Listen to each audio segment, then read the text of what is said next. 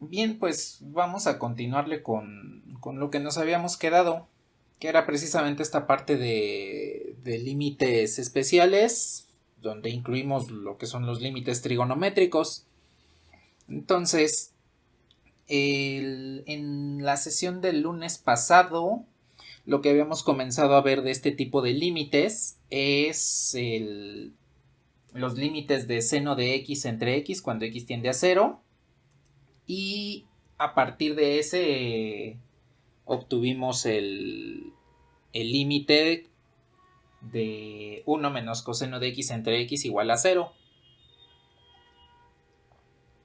Entonces, con estos dos, que son los básicos que tenemos de límites especiales utilizando funciones trigonométricas, podemos comenzar a ver otro tipo de límites, en donde esos otros límites podemos modelarlos con base en estos para que podamos encontrar el valor en específico.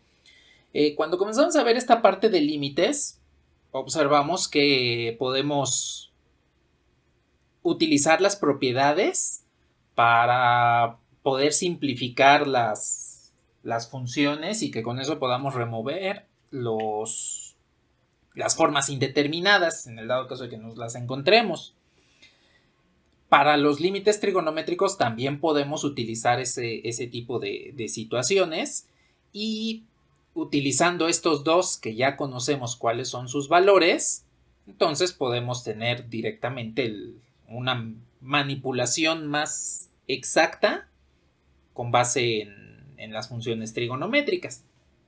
Ahora, también tomen en cuenta lo siguiente, podemos utilizar identidades trigonométricas, porque esas también son importantes y nos pueden ayudar a simplificar las expresiones. Por ejemplo, vamos a comenzar con este límite.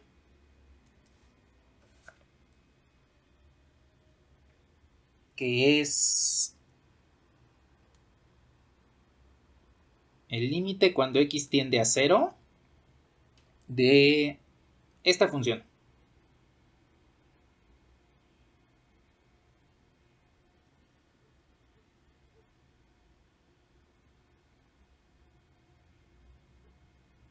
Tengo el límite cuando x tiende a 0 de 1 menos coseno de 4x entre 3x seno de 4x.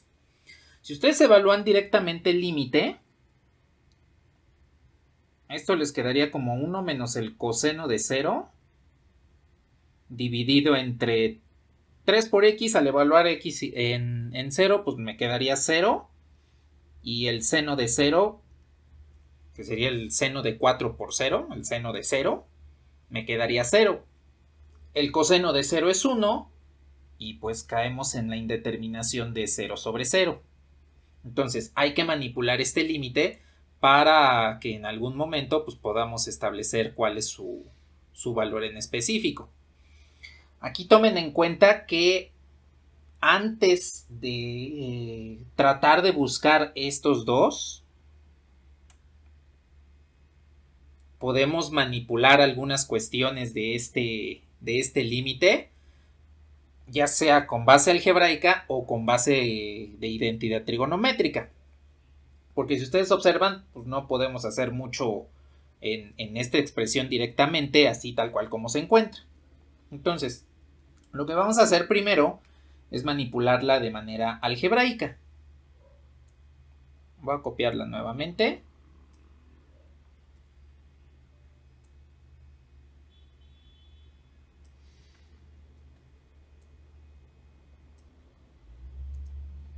Y bueno, en este caso lo que voy a hacer es lo siguiente.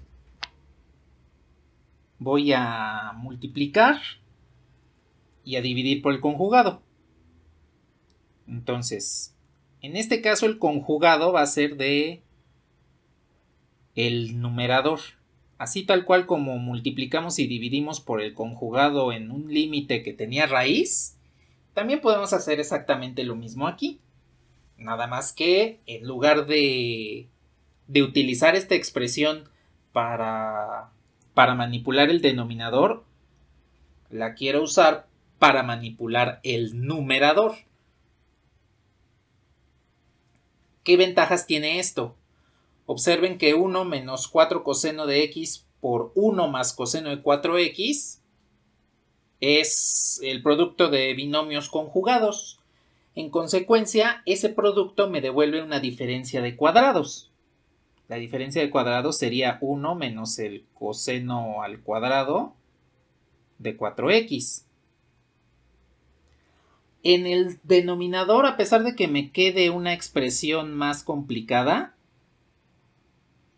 no hay absolutamente ningún problema.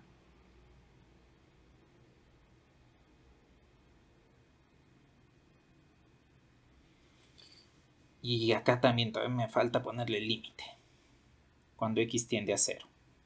Bueno, ¿esto qué ventajas tiene? Si yo me fijo en el numerador, puedo utilizar una identidad trigonométrica para poder sustituir ese 1 menos coseno cuadrado de 4x. En este caso, la identidad trigonométrica que podemos utilizar pues es la pitagórica fundamental. Cuando yo tengo el coseno cuadrado de alfa más seno cuadrado de alfa igual a 1. ¿Qué pasó?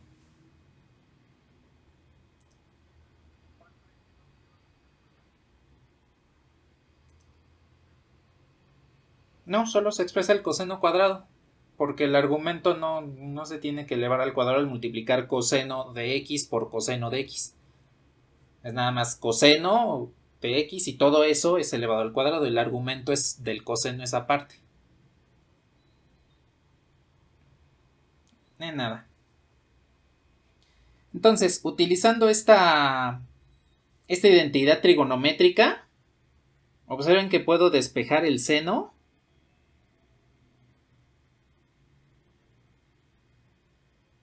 para que me quede 1 menos coseno cuadrado de alfa, que es precisamente la expresión que tenemos aquí. Alfa sería el valor de 4x. Por eso es que lo puse acá con otro argumento o la identidad trigonométrica directamente. Esta que tenemos para acá. Entonces, aquí utilizando alfa, pues puede ser 4x, 5x, x medios, lo que ustedes quieran. De esta forma, el límite que estamos trabajando nos debe quedar así.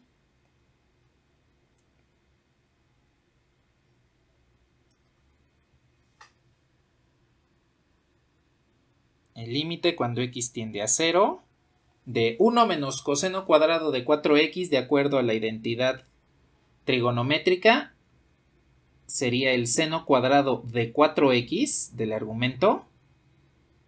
Todo esto dividido entre 3x que multiplica seno de 4x y que multiplica a su vez a 1 más coseno de 4x. Y esto nos debe devolver un valor de límite en específico. Ventajas de realizar esto.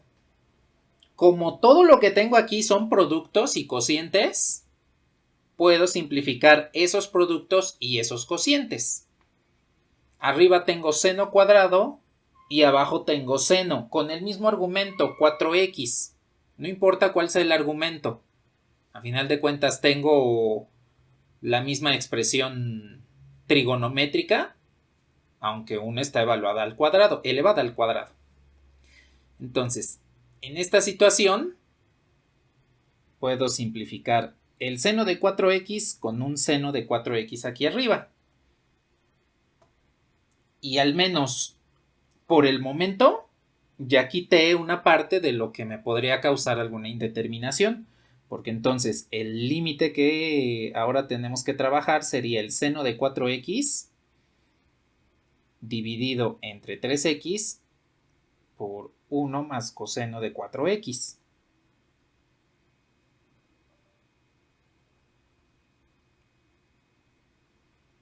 Límite cuando x tiende a 0.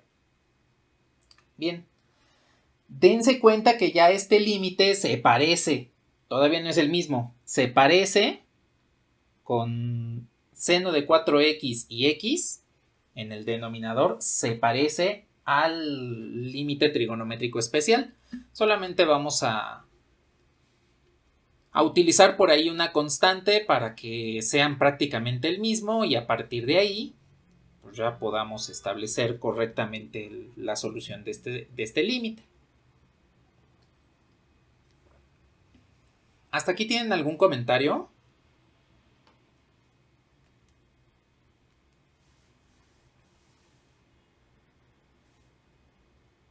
Bueno, entonces le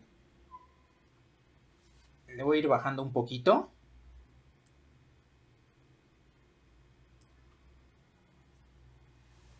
Y ahora lo que voy a hacer es fijarme en el argumento del seno. Aquí tengo 4x. Para que tenga el límite especial, necesito tener el mismo valor de argumento en el denominador. Con esto puedo multiplicar por 4. Es decir, límite cuando x tiende a 0. Multiplico por 4 el seno de 4x. Y en el denominador también multiplico por 4 para no alterar la expresión. Entonces es multiplicar por un 1, que sería 4 entre 4.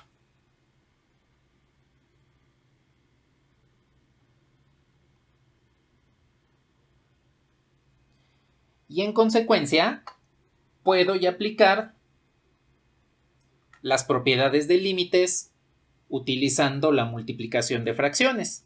Porque entonces esto me quedaría de la siguiente forma. Primero, antes de poner el límite, este 4 y este 3 son constantes y entonces podemos calcularlas como un límite aparte. Entonces, el límite cuando x tiende a 0 de 4 tercios. Va a estar multiplicando al límite cuando x tiende a 0 del seno de 4x entre 4x.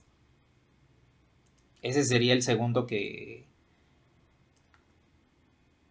se está multiplicando, el segundo límite. Y por último,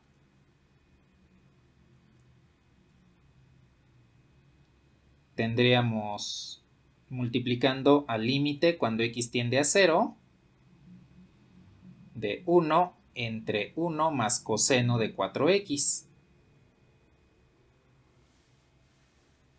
Este sería el límite completo, ya utilizando las propiedades. Aquí lo escribo de manera explícita, pues para que observemos que tendríamos que calcular solamente un límite, porque prácticamente dos de ellos ya los tenemos, el de la constante y el límite que tiene el seno. Y básicamente aquí también hay que tomar en consideración que no tenemos aquí en este límite de en medio, no tenemos el límite especial que encontramos la sesión anterior, que sería este. ¿Cómo podemos manipularlo de manera adecuada? De manera formal, más que de manera adecuada, de manera formal. El límite de la constante, primero el límite de la constante, pues me quedaría 4 tercios, que estaría multiplicando este límite. En un momento vemos cómo manipularlo correctamente. Nos va a devolver 1, pero nada más para que tengamos formalidad en la solución de este límite.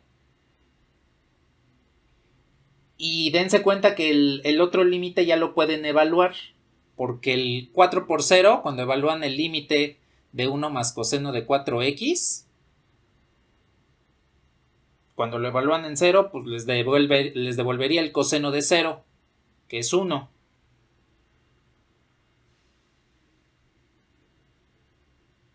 Entonces, evaluando, aquí me devolvería 1 entre 1 más coseno de 0. Y en consecuencia tendría un medio. En un momento ya lo reducimos. ¿Hasta aquí tienen algún comentario? ¿Qué, perdón?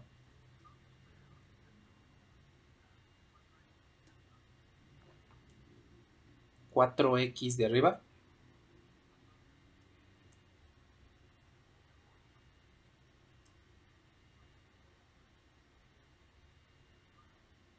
¿Este?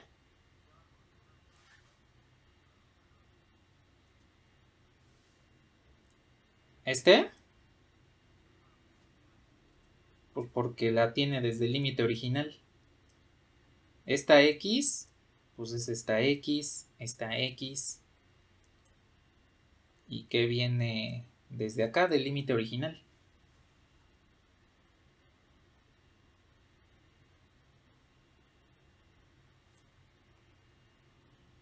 Ni nada.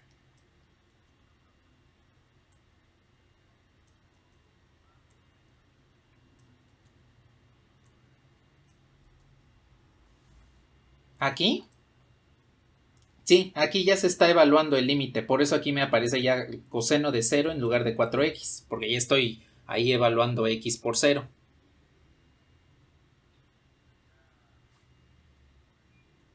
Porque el coseno de 0 es 1 y 1 más 1 es 2. En nada. Bueno, a ver, aquí formalmente lo voy a poner en términos de una variable u. El límite cuando u tiende a 0 del seno de u entre u tiene que ser igual a 1. ¿Por qué? Pues porque es básicamente el límite especial que habíamos deducido la sesión anterior, este que tengo acá arriba. Aquí lo único que hice fue cambiar la variable de x a u. Ahora, ¿por qué este límite me va a devolver lo mismo? Pues porque puedo hacer el cambio de variable u igual a 4x. Ahora, no es nada más de que, a ver, u igual a 4x y ya con eso se compone el límite y yo lo puedo evaluar. No, también debemos tomar en consideración qué es lo que pasa cuando u tiende a un valor en específico. El cambio de variable en límites forzosamente incluye que sepamos hacia dónde tiende esta nueva variable u. Es decir, dense cuenta que el límite original me dice cuando x tiende a 0. Entonces, lo que debo hacer es lo siguiente. Calcular el límite cuando u tiende a no sé qué valor. Le voy a poner un signo de interrogación. En realidad le pueden poner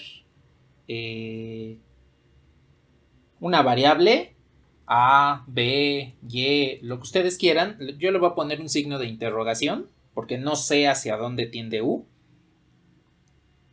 Tendría que ser igual al límite de 4x cuando x tiende a 0. Este de cuando x tiende a 0 es precisamente lo que me está especificando el límite original, cuando x tiende a 0. Entonces, evalúo el límite en este cambio de variable.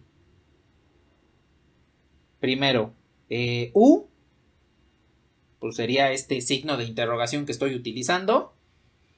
Y al evaluar esta función en el límite cuando x tiende a 0, pues sería 4 por 0. Esto es 0.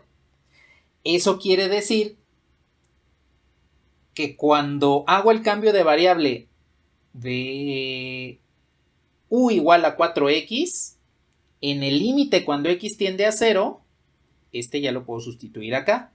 Y entonces el cambio de variable completo con los límites me indicaría que el límite de 4x cuando x tiende a 0 es igual al límite de u cuando u tiende a 0. Y si hago esa sustitución, ustedes podrán observar que obtengo precisamente este límite, cuyo valor ya sabemos que es 1. Entonces, en esencia, este es el cambio de variable formal que debemos hacer cada vez que estemos sustituyendo una variable dentro de un límite por otra variable. Esto pues, nos va a ayudar precisamente a encontrar de mejor forma el cálculo de los límites. En este es muy simple. En un momento más veremos un cambio de variable un poco más complicado para que observen cuál sería la manipulación correcta cuando hacemos los cambios de variables en límites. Ahora, no necesariamente deben tener una función trigonométrica, un límite con función trigonométrica para hacer cambio de variable. Lo pueden hacer con cualquier otro límite, siempre y cuando pues, su cambio de variable se ajuste correctamente a la situación, ¿sí? A ver, ¿hasta aquí tienen algún comentario respecto a cómo calcular el cambio de variable en límites?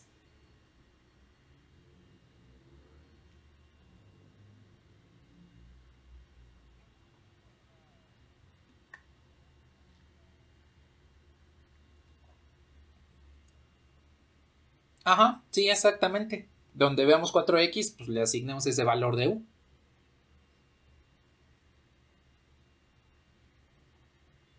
De nada. Pues a ver, voy entonces a colocar ya esta situación de donde nos habíamos quedado.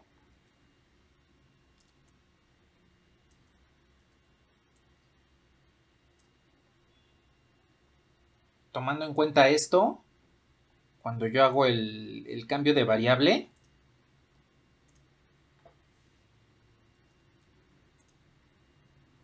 entonces recuerden que u se cambió por 4x. Y cuando x tiende a 0, u también tiende a 0, de acuerdo al análisis del cambio de variable que acabamos de hacer. Entonces, esta situación nos quedaría como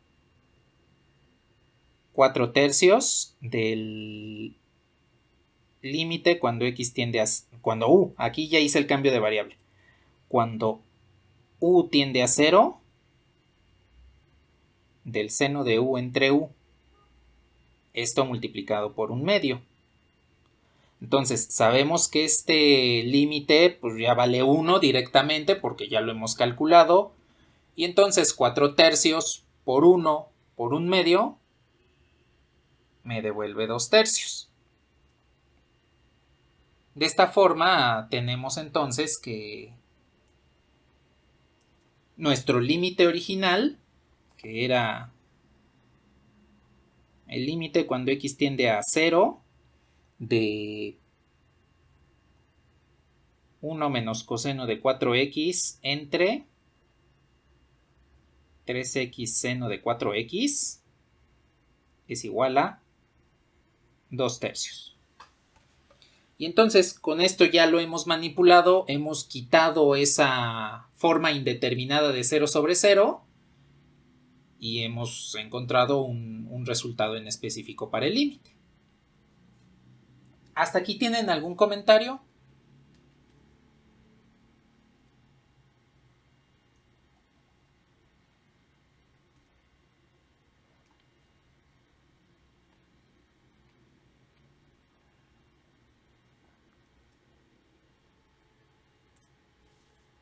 Vale, pues. ¿Qué pasó?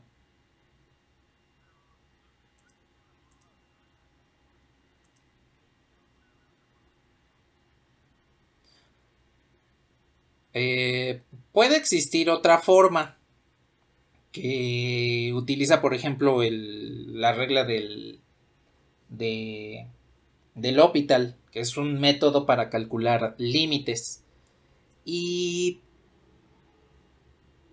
puede que también utilizando alguna identidad trigonométrica que tenga que ver con el coseno de 4x y el seno de 4x, podamos manipular estos dos y entonces se pueda reducir el límite. Entonces, en esencia, sí hay varias formas para que podamos encontrar cuánto valen estos límites. De nada.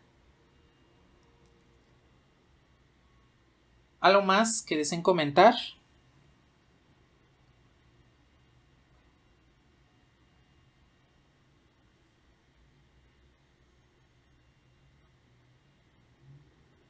Bueno.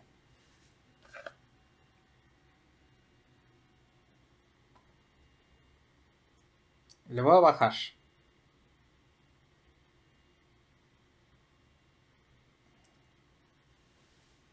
Vamos a hacer un cambio de variable un tanto más complicado. Tengo el límite cuando la variable phi tiende a 1.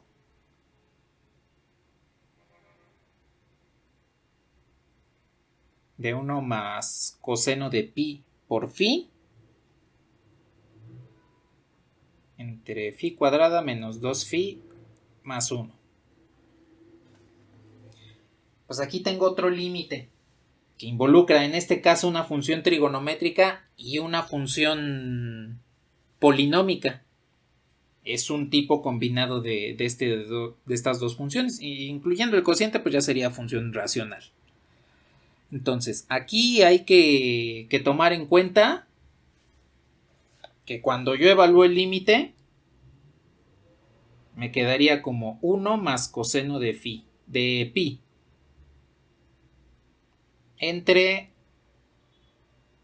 1 al cuadrado menos 2 más 1. El coseno de pi es menos 1, más 1, 0.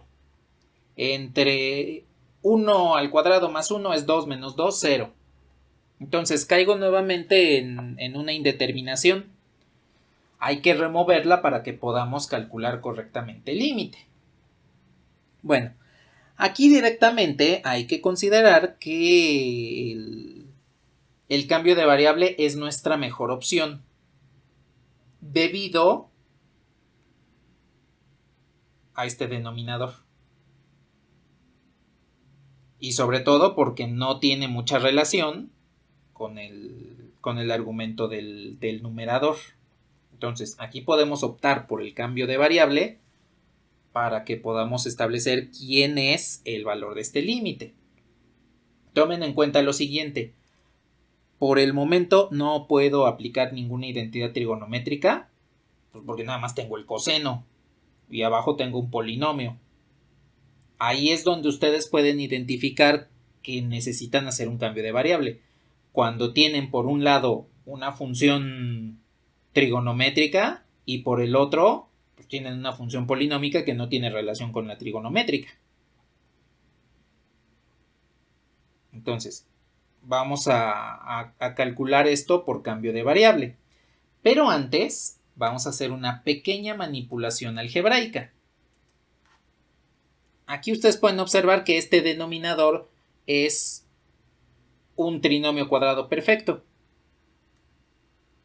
Entonces, este límite, cuando phi tiende a 1, lo puedo expresar como 1 más coseno de pi por phi entre phi menos 1 al cuadrado.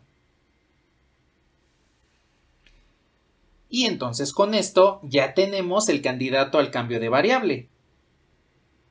Podemos decir que u es igual a phi menos 1. Y entonces tenemos que reajustar a qué valor tiende u cuando phi tiende a 1. Es decir, calcularía el límite cuando u tiende a... Aquí voy a poner en lugar de un signo de interrogación una variable b para que también tomen en cuenta eso, que u en este momento tiende a un valor que no conocemos. Lo puse primero como un signo de interrogación. Aquí lo puedo poner como una variable b. Cualquiera de las dos formas que utilicen pues es lo mismo. Quiero saber a qué valor tiende u cuando phi tiende a 1, tomando en cuenta el cambio de variable u igual a phi menos 1. Entonces resuelvo el límite. De este lado, cuando u tiende a b, pues me queda b. Y del otro lado, cuando phi tiende a 1, pues me queda 0. Eso quiere decir que cuando phi tiende a 1, u tiende a 0.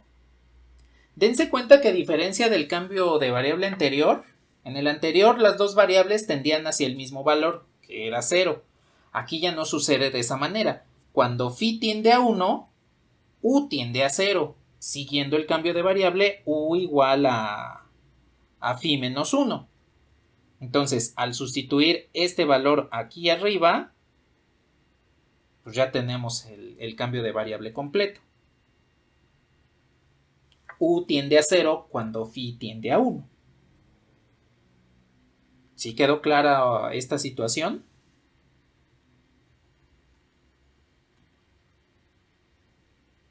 Ajá, exactamente.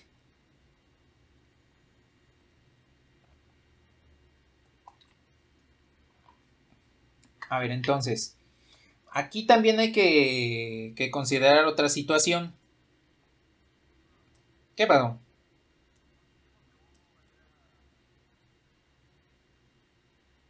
Ah, porque es el cambio de variable propuesto para que aquí abajo nos quede nada más u.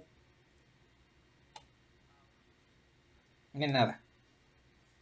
Ahora, aquí hay que tomar en consideración otra cosa.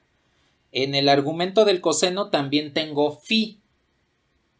Y eso me crea cierta situación de incomodidad debido a que nuestro cambio de variable es u igual a phi menos 1. Entonces, en la medida de lo posible, tenemos que modelar esto para que me quede phi menos 1 y yo pueda sustituir este cambio de variable de u igual a phi menos 1. Y donde vea phi menos 1 sustituyo esa u. Donde ya no se pueda, entonces despejamos phi. Es decir, de aquí puedo despejar phi para que me quede u más 1. Y entonces, donde vea phi, voy a sustituir u más 1. Observen lo que va a suceder. El límite que tenemos que trabajar es este de aquí arriba, que tengo aquí en color blanco. Este.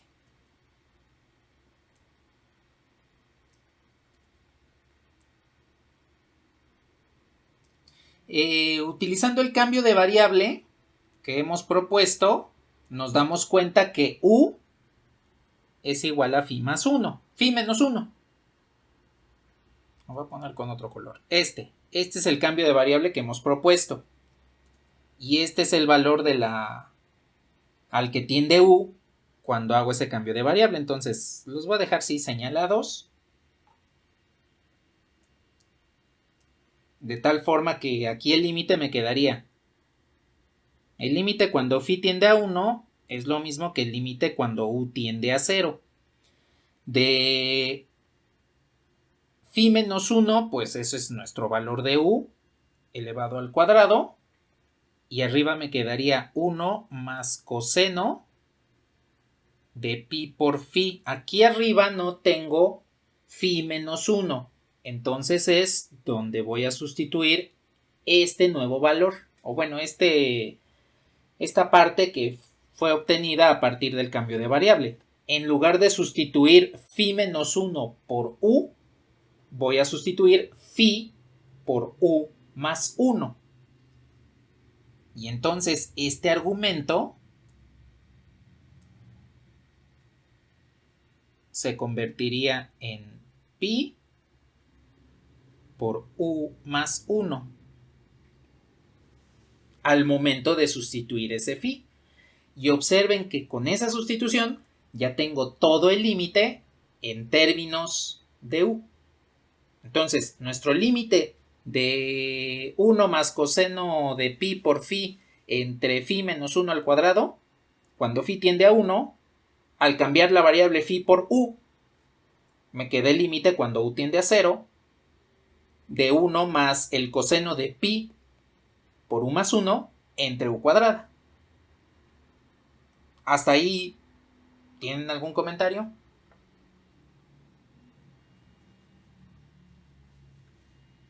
¿Qué pasó?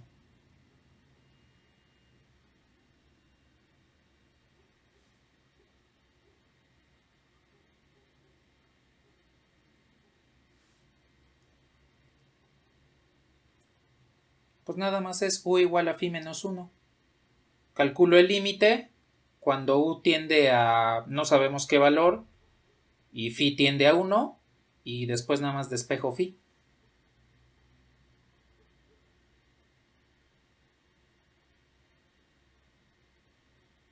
Nada.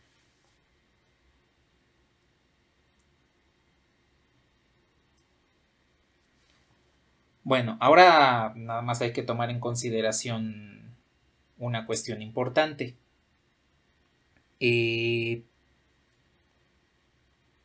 ¿Cómo vamos a manipular el coseno de pi por u más 1?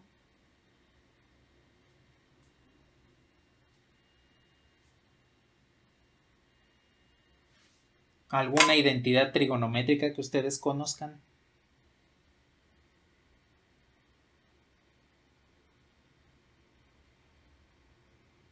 A ver, primero voy a multiplicar.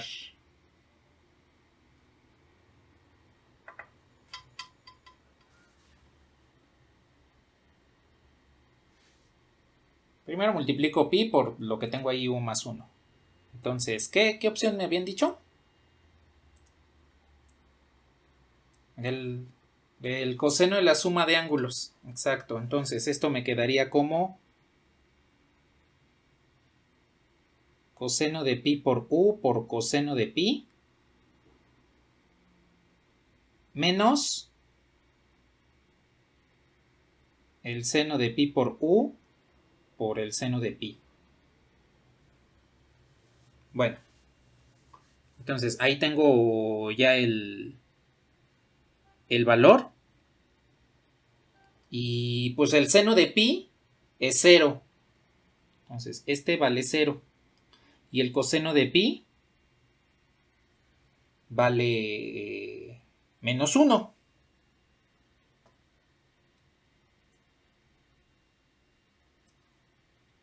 Entonces tendría que el coseno de pi por u más pi, esto es igual a menos el coseno de pi por u.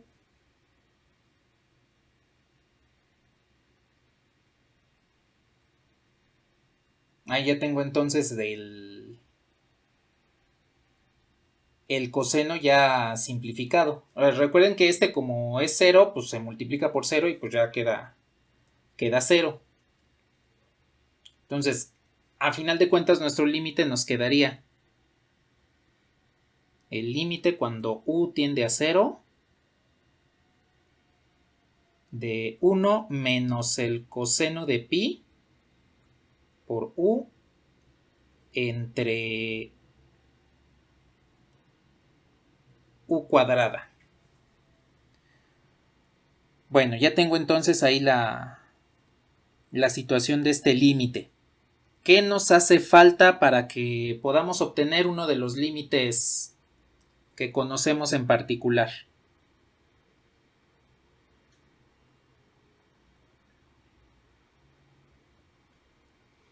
El pi u cuadrada hacerlo u cuadrada. Entonces, a ver, el pi pues, lo podemos multiplicar y dividir por pi. Pero, ¿cómo harían ese argumento u cuadrado?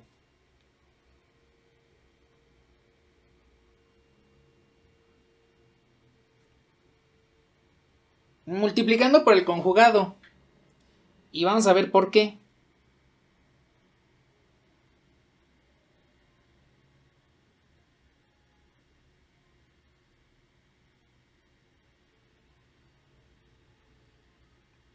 Primero, cuando yo multiplico por el conjugado de 1 menos coseno de pi u, en el denominador, al evaluar el límite cuando u tiende a 0, pues me quedaría otra vez coseno de 0, que es 1, y 1 más este 1, pues es 2.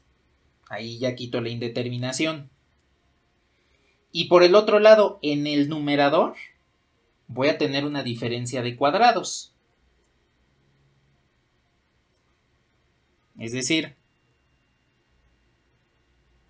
como en el numerador tengo el producto de binomios conjugados, esto me quedaría como 1 menos coseno cuadrado de pi por u dividido entre u cuadrada.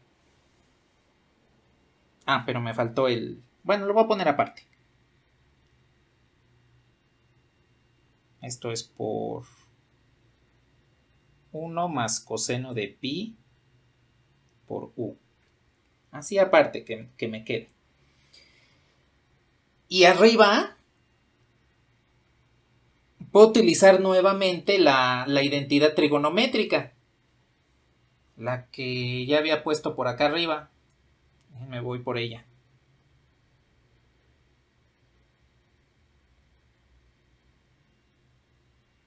Esta.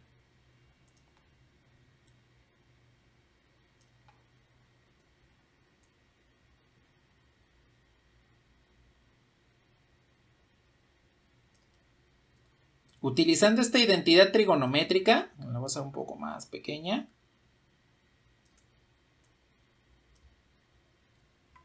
Entonces, este límite nos va a quedar de la siguiente manera. Voy a tener el... Ay, no era este tamaño de pincel. El límite cuando u tiende a 0, de arriba me va a quedar el seno cuadrado de pi por u entre u cuadrada, que va a multiplicar, aquí ya voy a poner, que va a multiplicar al límite cuando u tiende a 0 de 1 entre 1 más coseno de pi por u. Y por leyes de exponentes,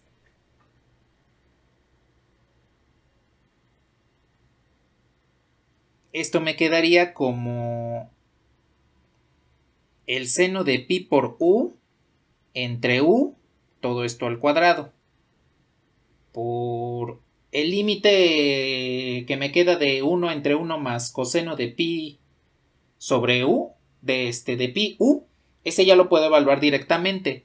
Entonces, aquí me quedaría al evaluar u igual a 0, el coseno de 0, que es 1. Entonces aquí me quedaría ya un medio. Este ya lo evalué. El límite de seno de pi u entre u, pues lo único que tengo que hacer es multiplicar y dividir entre u y aplicar la propiedad de los límites respecto a los exponentes, que en este caso me quedaría como pi por el seno de pi u entre pi u y todo esto elevado al cuadrado. Bueno, entonces aquí pues ya tengo directamente el límite. Cuando u tiende a 0, el seno de pi u entre u por pi. Podemos hacer el cambio de variable que hicimos hace un momento, tal cual como lo explicamos en el primer ejemplo. Pero pues aquí ya sabemos que nos va a devolver directamente 1.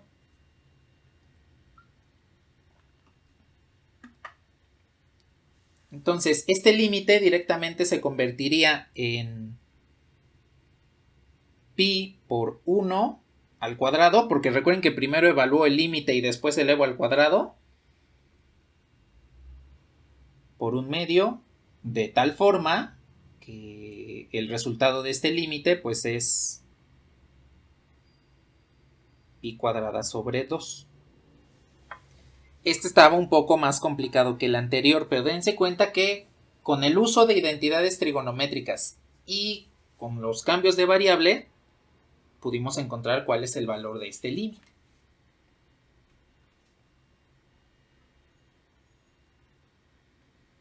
¿Algún comentario hasta aquí?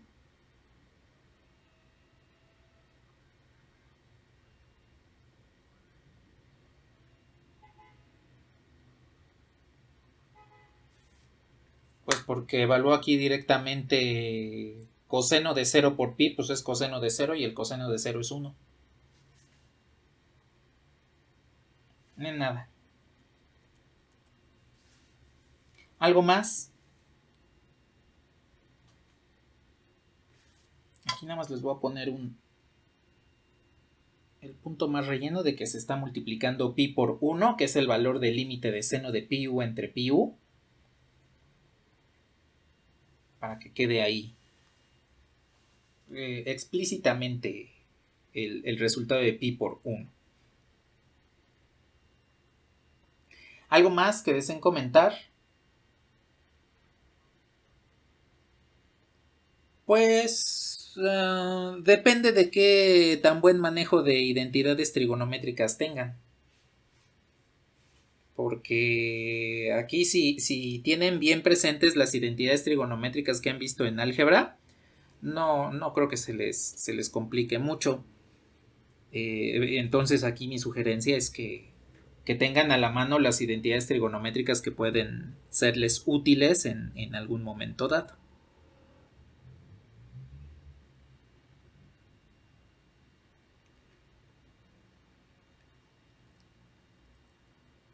¿Qué pasó?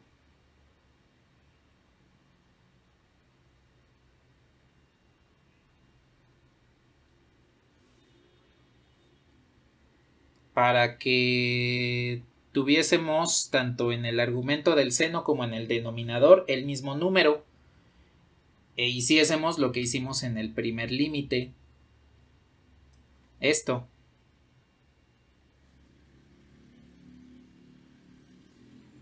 En nada. Les reitero, aquí abajo ya no lo hice de la manera explícita como lo vimos en el primer ejemplo, pues porque ya sabemos que nos va a devolver 1, independientemente del cambio de variable que hagan. Es decir, si dicen que v es igual a pi por u y calculan el límite cuando v tiende a algo y el límite cuando pi u tiende a 0, pues les va a dar que v tiende a 0.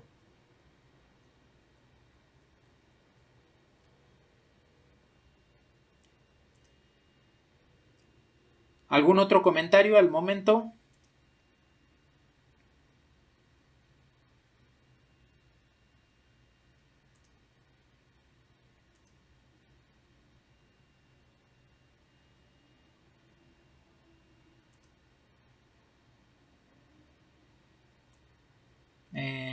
¿Este?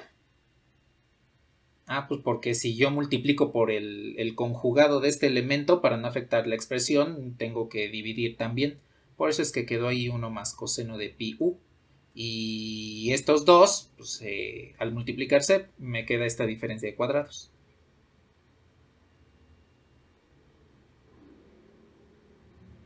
Nada. ¿Les puedo borrar?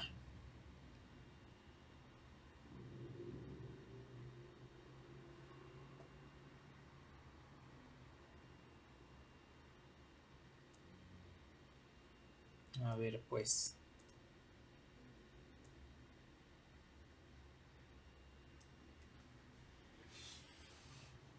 Entonces, vamos a ver un último límite trigonométrico. El límite cuando x tiende a 0 de el seno cúbico de x entre el seno de x menos la tangente de x.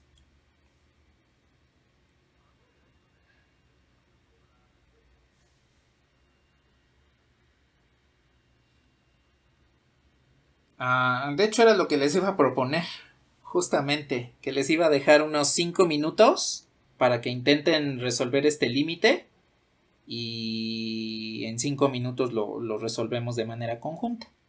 Entonces, a ver, les doy 5 minutos para que intenten resolver este límite y volvemos para resolverlo en grupo.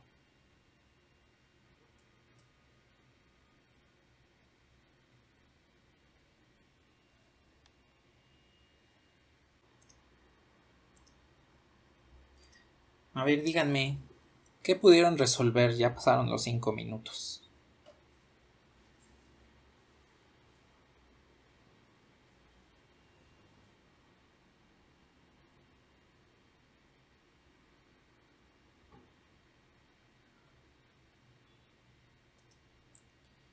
Dividir todo entre el seno.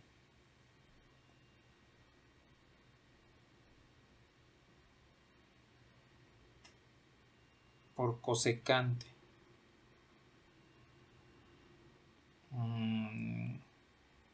Más o menos. De hecho. Uh-huh.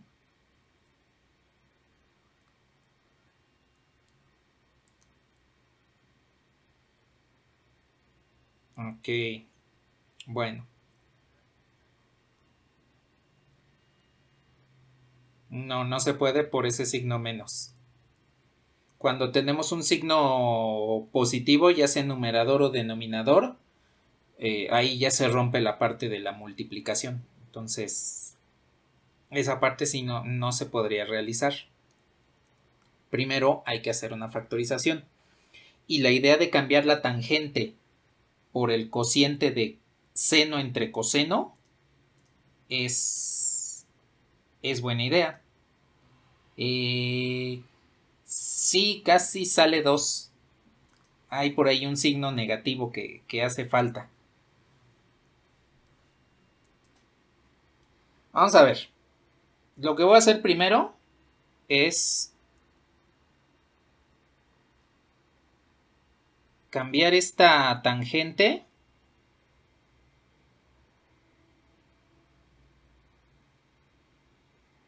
por seno entre coseno. Bueno, aquí hay dos cosas que podemos realizar.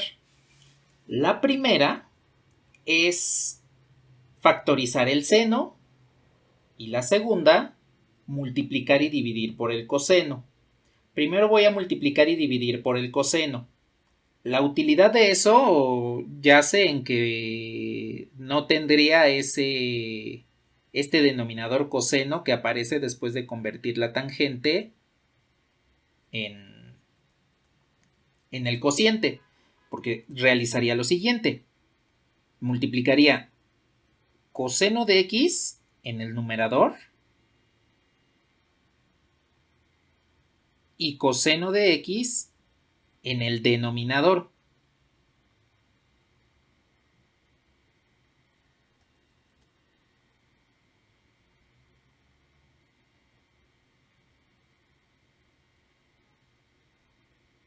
Así es como me quedaría.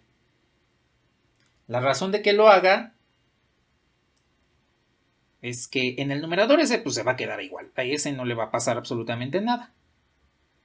Pero cuando yo multiplico coseno por esta resta, por un lado me queda primero coseno de x por seno de x, que sería este por este, y al multiplicar el coseno por este, coseno entre coseno, me queda 1. Entonces este término me queda nada más menos seno de x.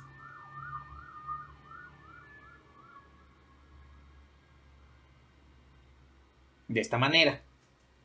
Ahora, dense cuenta que ya puedo factorizar el seno de x y simplificar con uno que tengo arriba, porque arriba tengo seno cúbico y abajo puedo factorizar el seno de x.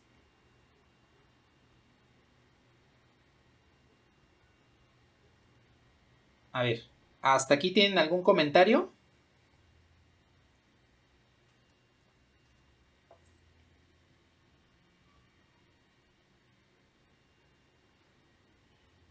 Vale. Sí, el resultado del límite es menos 2. Vamos a ver por qué nos da menos 2. A ver, factorizo ahora el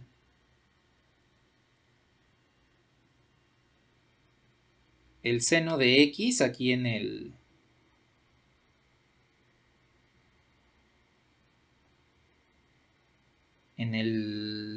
denominador Y acá arriba pues me va a quedar como el seno cúbico de x por el coseno de x. Entonces, aquí puedo simplificar un seno, porque tengo seno cúbico que se simplifica con este seno en el denominador y me queda seno cuadrado. Aquí observen que ya tengo el producto, ya tengo arriba multiplicando seno cúbico por coseno, abajo seno multiplicando a coseno menos 1. Y aquí sí ya puedo hacer la simplificación, porque ya no tengo el signo menos que me esté estorbando para simplificar la función seno. Y entonces tengo que el límite cuando x tiende a 0 de el seno cuadrado de x por el coseno de x entre coseno de x menos 1. Ya tengo algo más manejable, porque ahora prácticamente todo está en términos del coseno excepto este seno cuadrado. Aquí es donde ustedes pueden utilizar nuevamente la identidad trigonométrica fundamental. Y en este caso,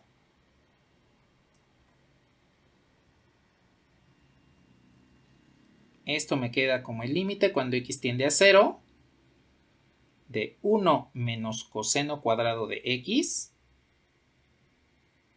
por coseno de x entre, aquí voy a factorizar un menos 1. La razón de la factorización del menos 1 es porque arriba tengo una diferencia de cuadrados. Cuando la factorice en el producto de binomios conjugados, el coseno se va a quedar con el signo negativo. Y en el denominador que tengo aquí en color blanco, el signo negativo está asociado al menos 1.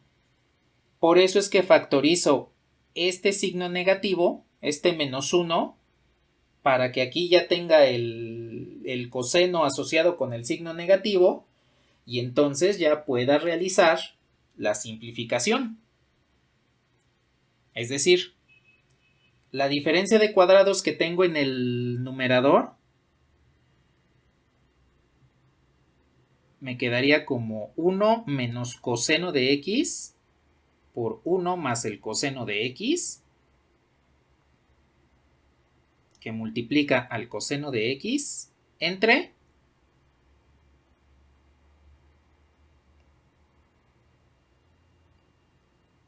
menos 1 menos coseno de x. Y entonces, este se puede simplificar con este, porque se están multiplicando entre sí. El menos 1 que quede en el denominador, pues al ser una fracción, recuerden que puedo asociar el signo negativo a la fracción completa. Entonces esto me quedaría como menos 1 más el coseno de x por el coseno de x. Evalúan ya el límite, pues les quedaría menos 1. El coseno de 0, pues es 0. Digo, es 1. Lo mismo acá, coseno de 0 es 1. Y entonces 1 más 1 es 2 por 1, 2 por menos 2. Y ese es precisamente el resultado que me comentaron aquí al final en el chat. Y pues ya con esto tenemos lo que es resuelto este límite.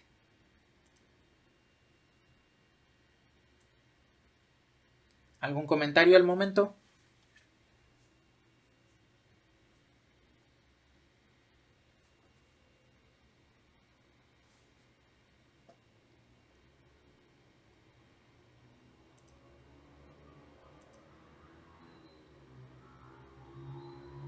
¿No? ¿Todo bien?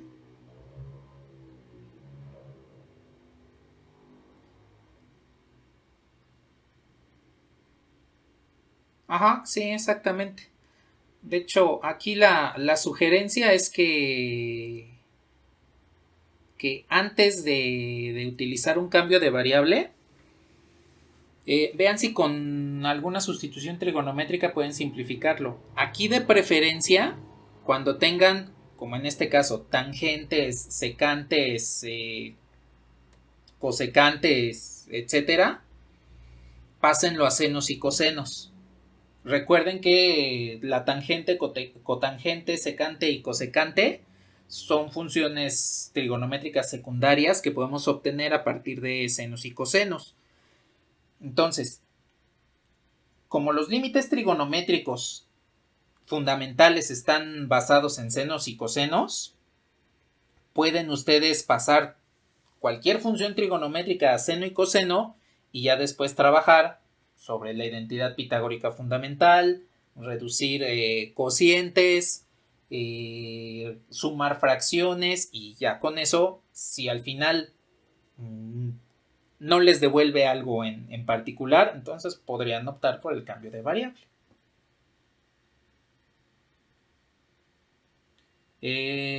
Sí, el menos que está dividiendo, más que decir que se sube, se está asociando a la fracción completa.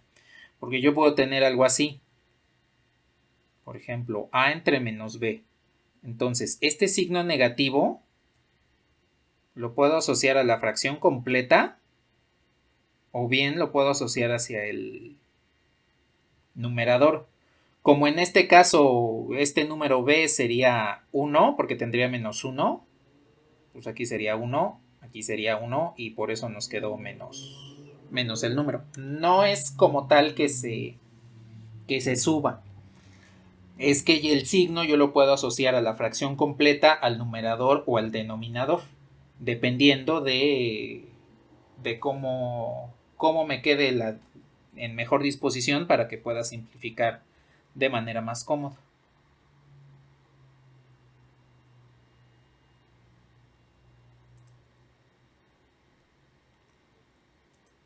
¿Algo más que deseen comentar?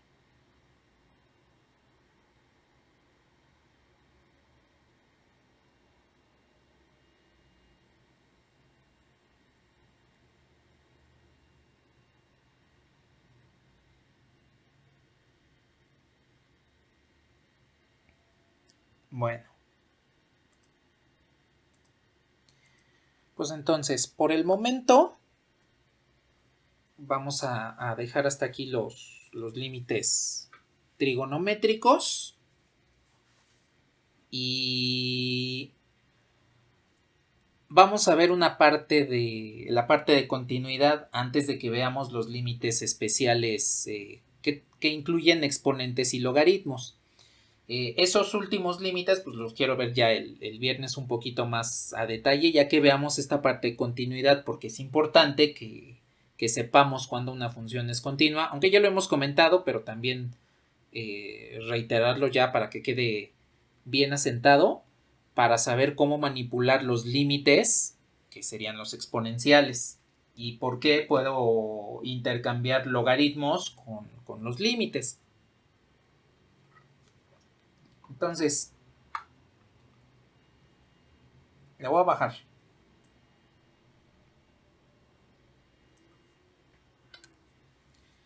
Aquí vamos a tomar en cuenta lo que es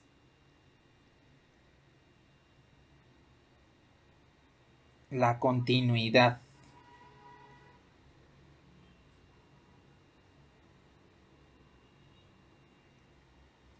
Bueno, cuando hablamos de continuidad, estamos hablando de dos cuestiones importantes. La primera tiene que ver con evaluar una función y que me devuelva un valor. Es decir, el valor x igual a a debe pertenecer al dominio de la función. Esa es la primera parte de la continuidad. La segunda tiene que ver con que el límite de la función, cuando nos estamos acercando a ese valor a, sea igual a este mismo valor b, que me devuelve el evaluar la función. Es decir, f de x es continua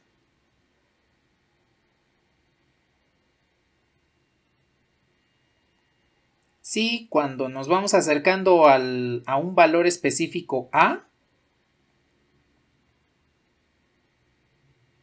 pues es lo mismo que evaluar la función en A. Por eso, en la mayoría de los límites, lo que hacemos directamente al calcularlos es evaluar la función en el valor. Si obtenemos un valor en específico, pues significa que ahí la función es continua, porque el elemento al cual me estoy aproximando pertenece al dominio de la función y además me devuelve ese límite. Hay otras funciones en las cuales no sucede eso. Por ejemplo, cuando estamos manipulando la función y se pueden simplificar el numerador y el denominador para que me devuelva un valor en específico. En ese caso, el elemento no pertenecería al dominio de la función, aunque su límite sí existiría. Ese sería el caso de una función que no es continua. Entonces, cada vez que estemos evaluando una función directamente y nos dé el resultado del límite cuando tendemos al valor de evaluación, entonces la función va a ser continua. Hay funciones que no contemplan al valor en específico de estudio en el dominio. Por ejemplo, la función seno de x entre x no contempla x igual a 0. Ese valor está excluido de su dominio. Pero nos dimos cuenta que el límite sí existe. Y hay otras funciones en las cuales el límite no existe y tampoco existe la evaluación de la función. Incluso hay funciones en las cuales el límite no existe, pero sí existe la función evaluada. Todas esas situaciones involucran directamente a la continuidad. Aquí es donde debemos tomar entonces en consideración qué es lo que está pasando con la función cuando la estoy evaluando por un lado y cuando estoy calculándole el límite por el otro. Aquí nada más hay que tomar en consideración lo siguiente. Generalmente estamos evaluando la continuidad de una función cuando está seccionada.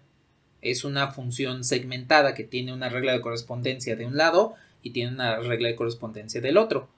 Pero hay otras funciones donde también podemos evaluar la continuidad cuando alguno de sus elementos no existe. Voy a tomar, por ejemplo, esta situación. Tengo la función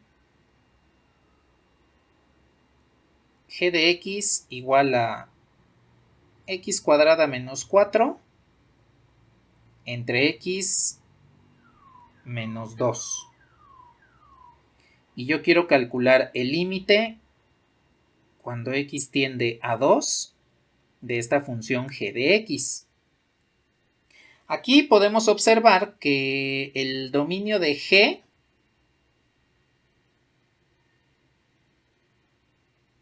no incluye precisamente este valor. X debe ser forzosamente diferente de 2. Sin embargo, al manipular el límite cuando x tiende a 2 de esta función,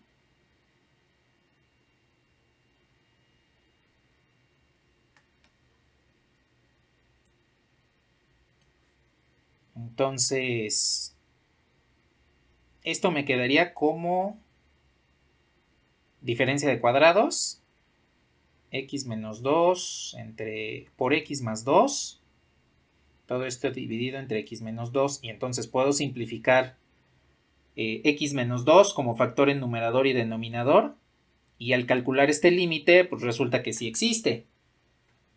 Este tipo de situaciones las vamos a conocer como discontinuidades, porque el elemento no pertenece al dominio de la función. Pero como el límite sí existe, le vamos a llamar discontinuidad removible o evitable. En un momento lo anoto, nada más me espero a que anoten este límite. ¿Qué pasó?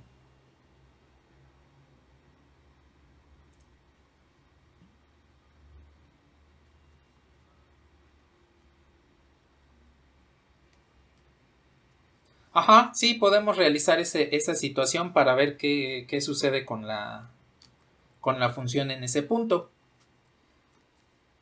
¿Qué pasó, Aldo?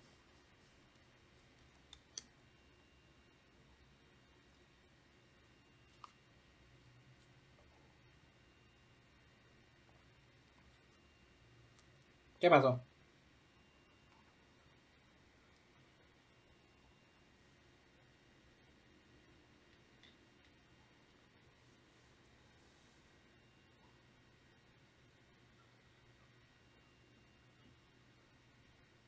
En este caso sí, porque queremos saber qué es lo que pasa con la función en ese lugar. ¿Qué pasó?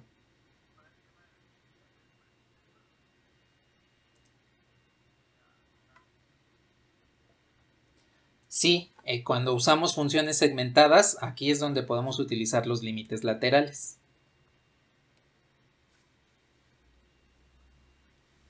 En nada.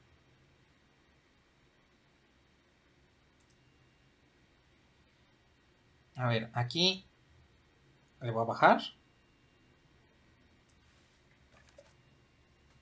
Y entonces tenemos lo siguiente.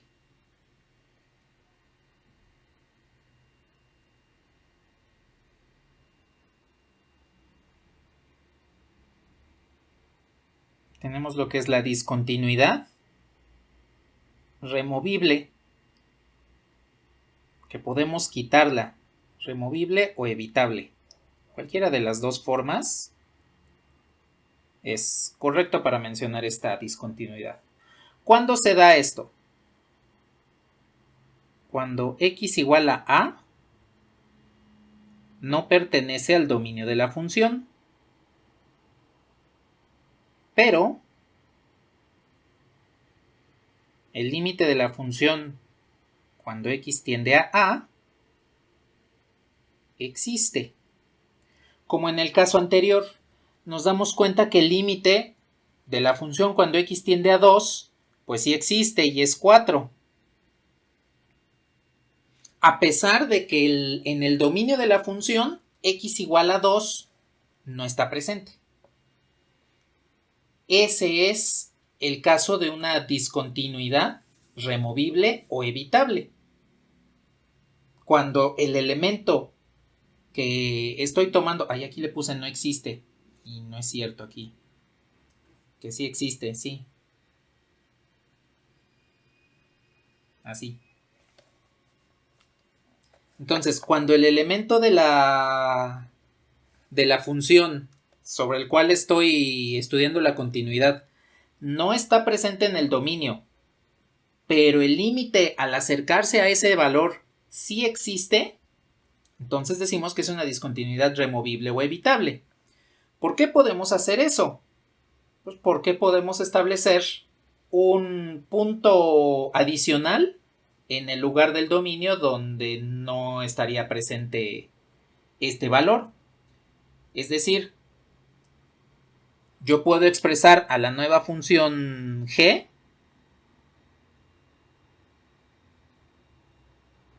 como x cuadrada menos 4 entre x menos 2. Si x es diferente de 2. Y como 4 si x es igual a 2. ¿De dónde salió este 4?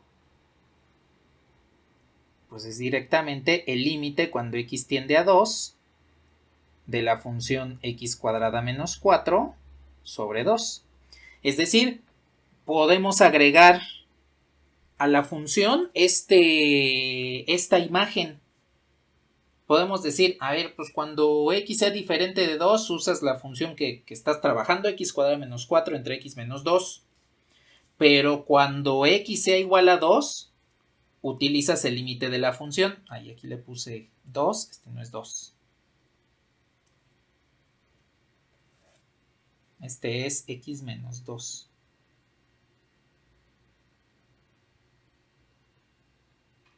Así. Entonces, esto es lo que hacemos para remover o para evitar la discontinuidad de la función en este lugar. De hecho, si ustedes grafican esta función, pues les quedaría una recta más o menos así, donde en x igual a 2 tendrían un hueco. Este valor sería cuando x es igual a 2. Sería ahí un punto que no está presente. ¿Qué es lo que hacemos para completar toda la función? Pues rellenamos el punto agregando esta imagen. Y lo hacemos agregando directamente el límite. Entonces, si yo quiero remover una discontinuidad en una función con discontinuidad removible, pues lo único que agrego es la imagen con el valor del límite que me da la función. Este es un ejemplo de cómo podemos evitar esta discontinuidad. Lo podemos hacer para otras funciones, donde el límite hacia el valor sí existe, pero ese valor no pertenece al dominio de la función.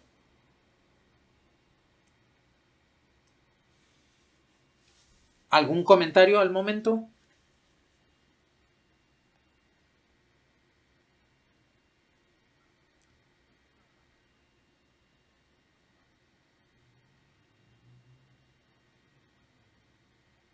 Sí, exactamente.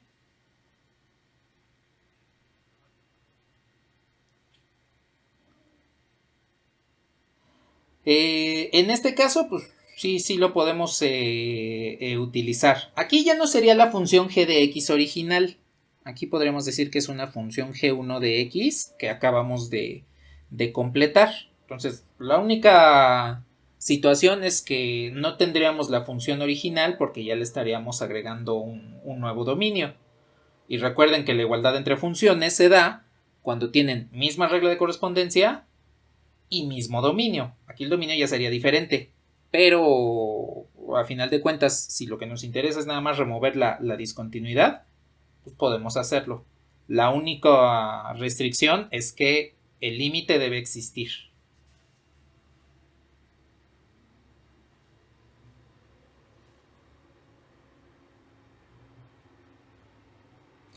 De nada. ¿Algo más?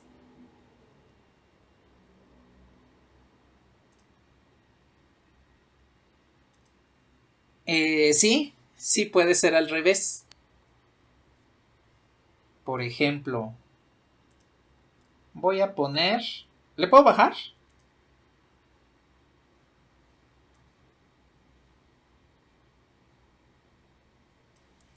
Por ejemplo, supongamos que tengo... una función h. Le voy a poner h. H de x. Y digamos que tengo la función x cuadrada más 1 si x es menor o igual que 0 y x menos 1 si x es mayor a 0. Bueno, aquí nos damos cuenta que cuando yo evalúo, por ejemplo, la función h en 0, la regla de correspondencia que debo tomar en esta función segmentada, pues es la de arriba, porque en la parte de arriba sí estoy incluyendo al 0, porque x tiene que ser menor o igual a 0. Entonces, este me devolvería 1. H en 0 me devolvería 1. Pero, ¿qué sucede con los límites? El límite cuando x tiende a 0, porque es el valor en el cual estoy analizando esta función de h de x, lo tengo que evaluar con los límites laterales. Entonces, evalúo el límite de x, el límite cuando x tiende a 0 por la izquierda. A la izquierda de 0, debo utilizar la regla de correspondencia x cuadrada más 1. Evalúo este límite y me devuelve 1. Por otro lado, el límite cuando x tiende a 0 por la derecha.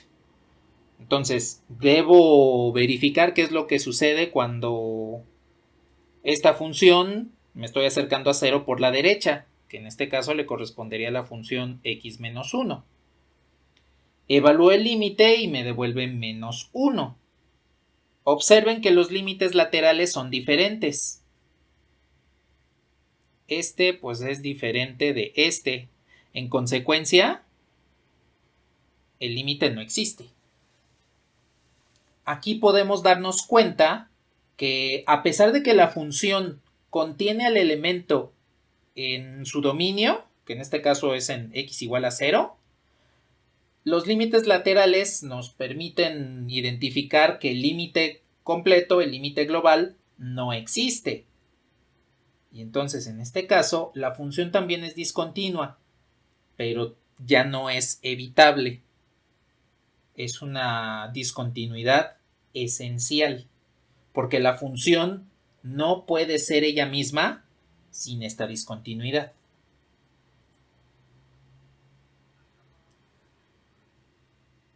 No, esta ya es esencial.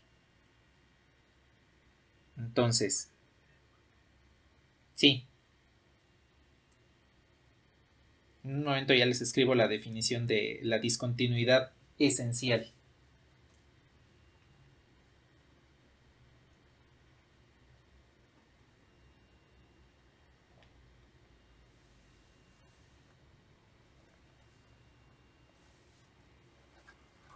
De nada. Entonces, si el límite de una función cuando x tiende a algún valor a en específico, aquí sí no existe, f de x tiene una discontinuidad esencial.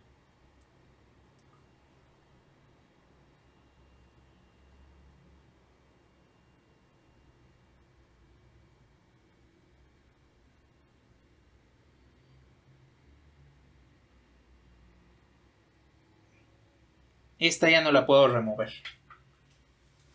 por el hecho de que no voy a poder calcular un valor en específico para el límite.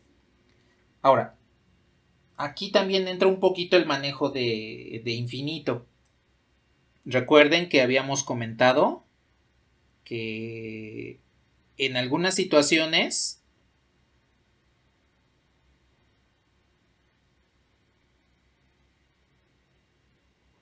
el límite puede tender a infinito, y entonces de acuerdo del criterio que sigan de la persona con la que estén hablando o estén leyendo, pueden concluir que cuando el límite de f de x, cuando x tiende a infinito, pues el límite no existe. Aquí sí vamos a incluir los límites cuando tiendan a infinito, es decir, ya que evalúe la función y me dé cuenta de que el límite de todos modos tiende a infinito, vamos a caer en el caso de la continuidad en esta situación. Pongo por ejemplo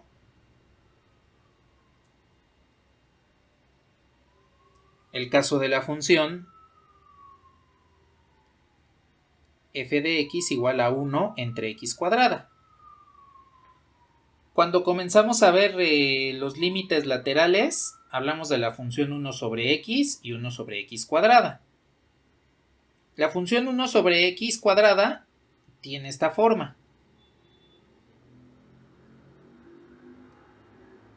Cuando calculamos el límite, cuando x tiende a 0 de 1 sobre x cuadrada, nos dimos cuenta que aquí las dos ramas de la función tienden a infinito. Entonces, este límite tiende a infinito. Pero desde el punto de vista de la continuidad, este límite no existe, porque recuerden que no puedo alcanzar infinito. Nos podemos ir acercando, sí, pero no lo podemos alcanzar. De tal manera que no importa qué es lo que haga aquí para esta función. Alguien puede decir, pues agrégale que cuando 1 entre x cuadrada, cuando x es igual a 0, 1 entre x cuadrada toma el valor de 0.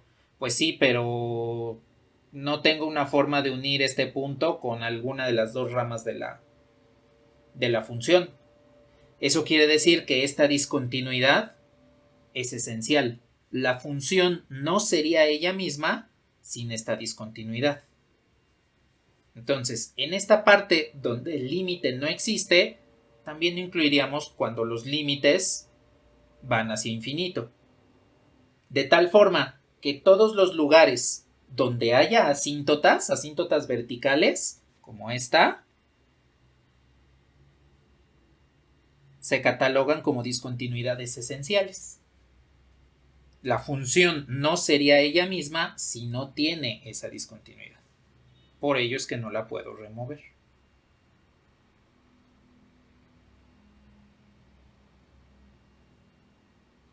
¿Algún comentario hasta aquí?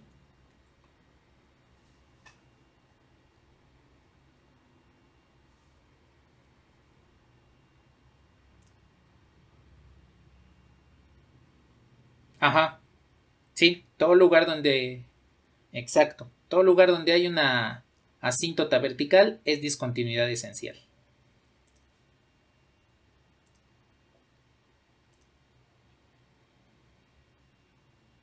De nada.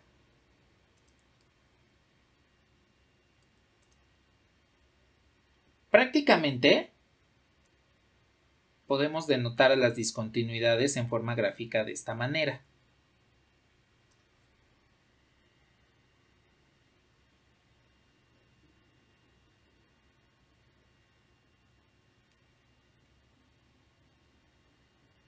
Si yo tengo una función como esta, por ejemplo, que es seccionada de esta forma, las dos ramas de la función pues están separadas. Vamos a decir que, por ejemplo, este punto sí lo incluye. Las dos ramas de la función están separadas. De la gráfica de esta función están separadas. Aquí no hay asíntota. Pero resulta que esta función, tal cual como estaría diseñada sus dos reglas de correspondencia, antes de 0, después de 0, forzosamente debe tener este salto. Y este salto es una discontinuidad esencial. Porque no puedo mover las gráficas de tal forma que quede ahí continua. Que conforme me voy acercando a ambos valores tanto por la izquierda como por la derecha me voy acercando a ese valor, no hay alguna manera que yo haga o fuerce a que sean iguales, porque entonces ya estaríamos hablando de otra función. Por el otro lado, cuando tenemos funciones con una sola regla de correspondencia pero tienen asíntotas verticales, por ejemplo, esta,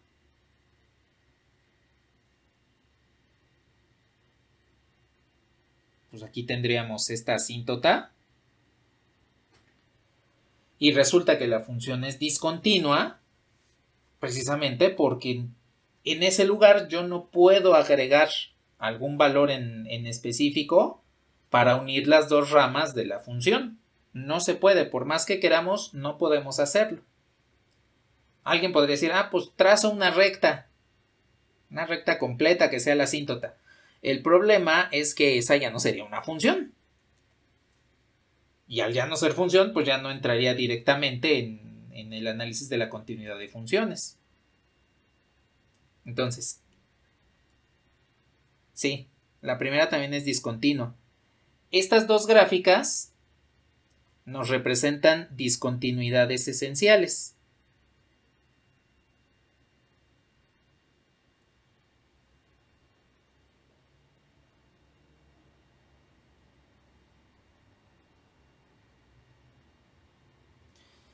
Las discontinuidades removibles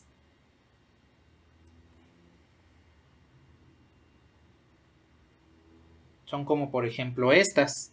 Yo puedo obtener aquí la función y de repente tengo un huequito por aquí.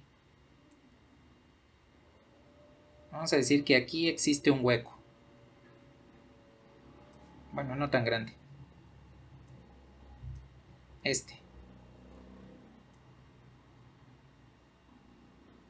Vamos a decir que ahí tengo un hueco en la función.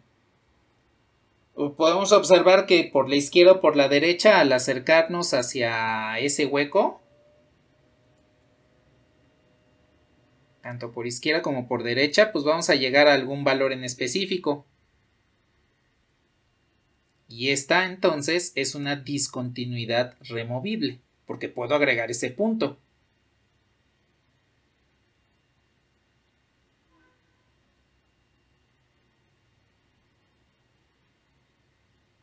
Estas son las dos situaciones de funciones discontinuas, en las cuales podemos establecer qué es lo que está sucediendo con las funciones al momento de ver la continuidad. Si el límite existe, tengo una discontinuidad removible. Si el límite no existe, tengo una discontinuidad esencial. Y en la discontinuidad removible, pues yo puedo agregar ese punto. Les reitero, no va a ser la misma función de inicio porque no van a tener el mismo dominio. Pero eso nos puede ayudar a forzar a que una función tenga continuidad.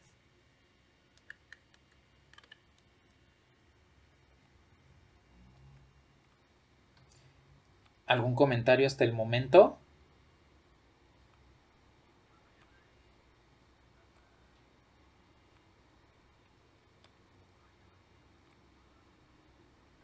Eso nos va a ayudar más adelante para que podamos encontrar lo que es la derivada. Porque la derivada vamos a poder establecerla a partir de funciones continuas. De hecho, cuando derivamos, forzamos a que exista la continuidad. Y si en algún momento nos interesa que no exista la derivada, pero que sí exista continuidad, entonces tenemos que observar qué es lo que estaría sucediendo en la función para que podamos establecer esas dos características. Y nos interesa que en algún momento no exista la derivada, pues porque puede ser un lugar donde no haya cambio. Y un lugar donde no hay cambio se cataloga como estable. Y eso me permitiría optimizar esa función. Saber en qué momentos tengo un valor máximo o un valor mínimo.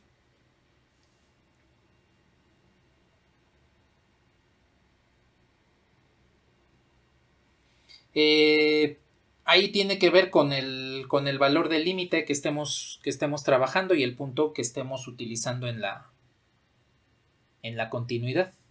Ya en su momento en la derivada sabremos qué puntos podemos remover y qué puntos no, para catalogar dónde sí hay y dónde no hay derivada.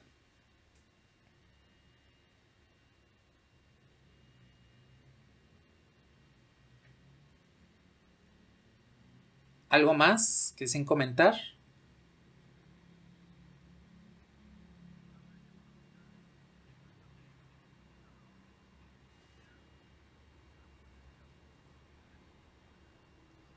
Ajá, sí, también sucedería lo mismo con la inversa. De nada. Díganme si les puedo borrar.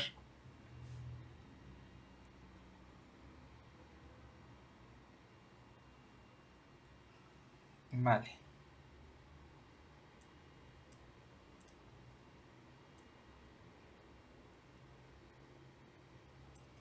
A ver, vamos a ver un ejemplo de continuidad, pero en lugar de tomar en consideración un valor en específico a analizar, vamos a forzar a que la función sea continua. Entonces, yo tengo la siguiente función. F de x igual a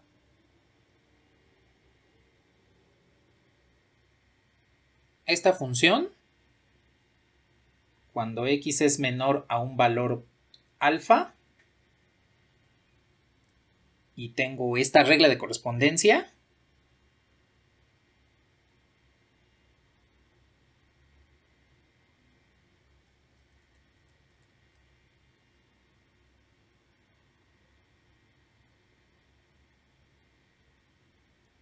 Si x es mayor o igual que alfa. Entonces, lo que quiero saber es qué valor debe tener alfa, que pertenece a los reales, si f es continua.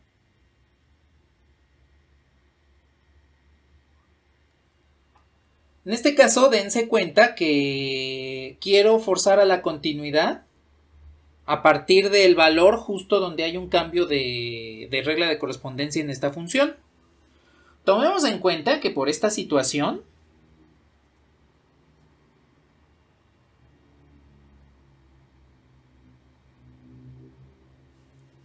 al evaluar la función en alfa, pues sí existe, debido a que tomamos en cuenta que tomaría este valor de regla de correspondencia.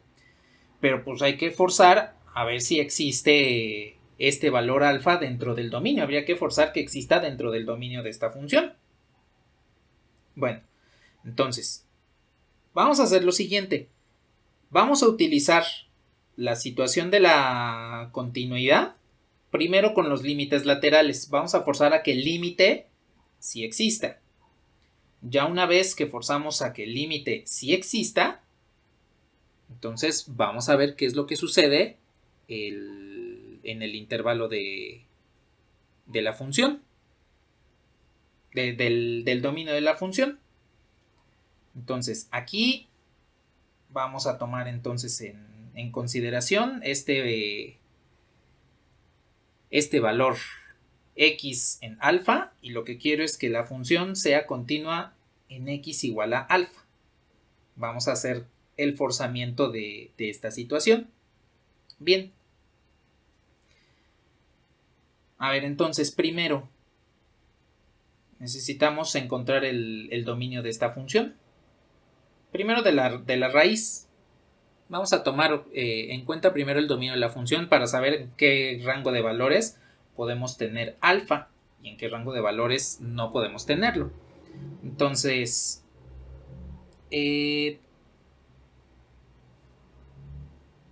¿cuál es el dominio de esta función?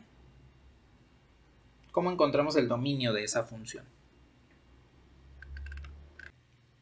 A ver, entonces, primero calculemos el dominio. Yo creo que nada más nos va a dar tiempo de calcular el dominio de esta función para ver cuál es el intervalo en el cual debe caer alfa. Entonces, nada más tomemos en cuenta el dominio de la función.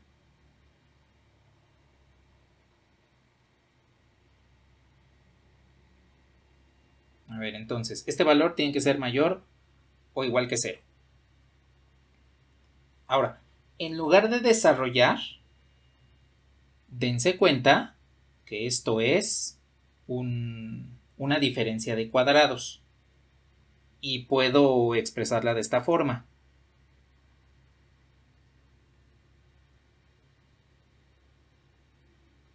La raíz, esta es la raíz de 1.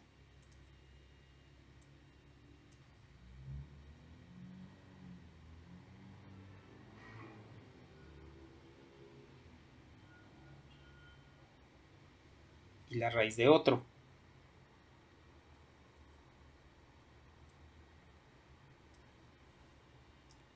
Bueno, entonces, tomemos en consideración esto.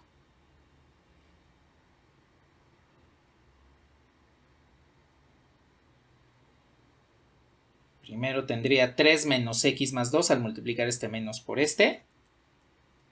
Y por el otro lado tendría 3 más x menos 2. Mayor a 0. Y entonces tendría 5 menos x y 1 más x. Esto es mayor o igual que 0. Caemos en los casos. En este caso, los casos que vamos a utilizar son, como el producto de estos dos números es positivo,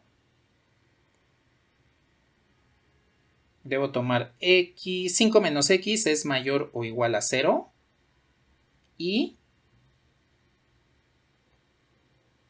1 más x mayor o igual a 0. El caso que los dos términos sean positivos. O bien, cuando ambos sean negativos.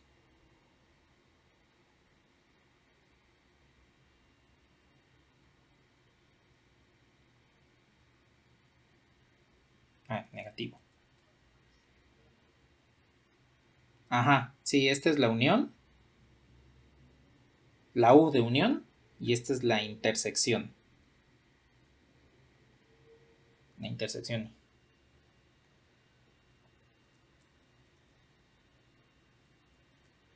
A ver, resuelvo rápidamente. De aquí me quedaría que 5 es mayor o igual a x y 1, no es cierto, x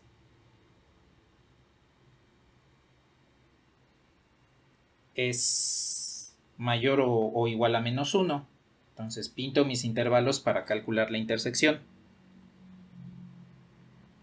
Menos 1 y 5. ¿Lo incluye? Sí, sí lo incluye.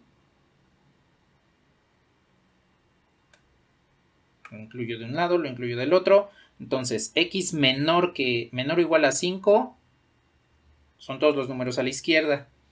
X mayor o igual a menos 1 son todos los números a la derecha. La intersección se da aquí.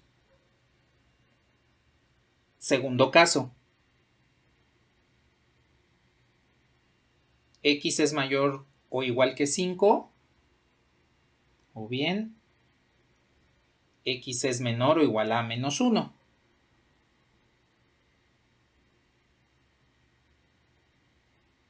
Incluyo.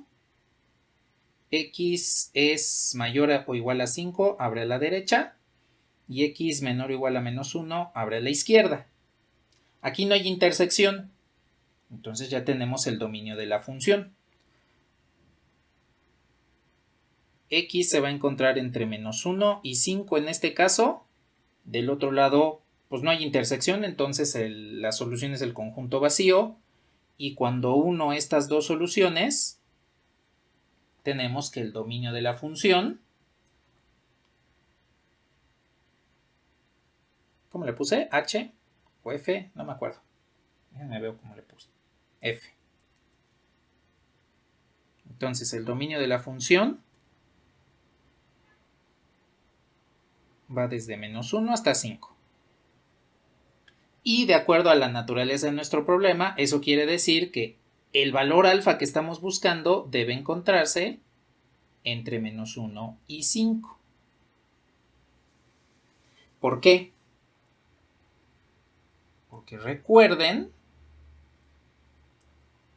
que tengo este y este.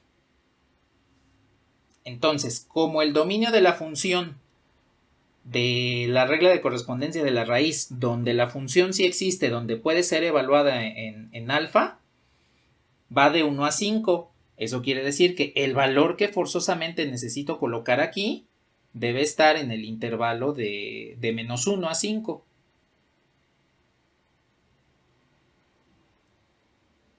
Y entonces, el siguiente paso que vamos a hacer el próximo viernes al inicio de la sesión es observar en qué momentos estas dos funciones se traslapan para que ahí podamos hacer la restricción y entonces encontremos cuáles serían los posibles valores donde la función sería continua tomando en cuenta el valor alfa.